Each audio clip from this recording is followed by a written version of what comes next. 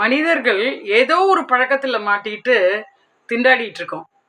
இந்த சிகரெட்டு பழக்கம், குடி பழக்கம், அது மாதிரி பொதுவாக ஒரு சோஷியல் ஈவில், சமூக பிரச்சனைன்னு ஒரு பழக்கமாக இருந்தது, இருக்கு சில இடத்துல. இருந்தாலும் இனி வந்தாலும் அதை தடுக்கணும் நம்ம. அது என்ன பழக்கம் பார்க்கலாமா?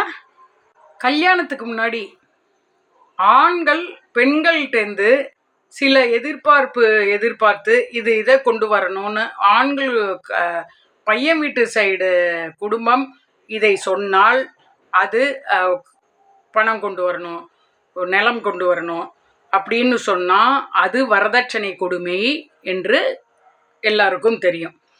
அதே பெண்கள் குடும்பத்தார் ஆண்கள் குடும்பத்தார், ஆண் இவ்வளோ பெரிய வேலையில் இருக்கணும், இவ்வளோ பெரிய வீடில் இருக்கணும்,